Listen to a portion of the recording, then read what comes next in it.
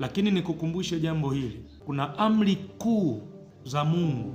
Amri kuu ya kwanza utaikuta katika kitabu cha Injili ya Marko, ile sura ya 12 aya ya 30, na amri kuu ya pili ya Mungu utaikuta katika kitabu hicho hicho cha Marko sura ya 12 aya ya 31.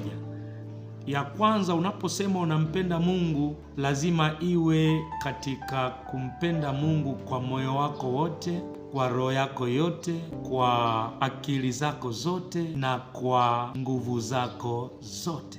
Na jambo la pili, kama kweli unampenda Mungu, unasema mimi nampenda Mungu, anasema umpende jirani yako kama nafsi yako. Mahali fulani Biblia inasema huwezi ukasema unampenda Mungu huku unamchukia jirani yako. Maana yake kama unasema unampenda Mungu, ni lazima umpende jirani yako kama nafsi yako. Akaongeza kwa kusema huwezi ukasema unampenda Mungu usiyemuona wakati unamchukia jirani yako ambao unayemuona.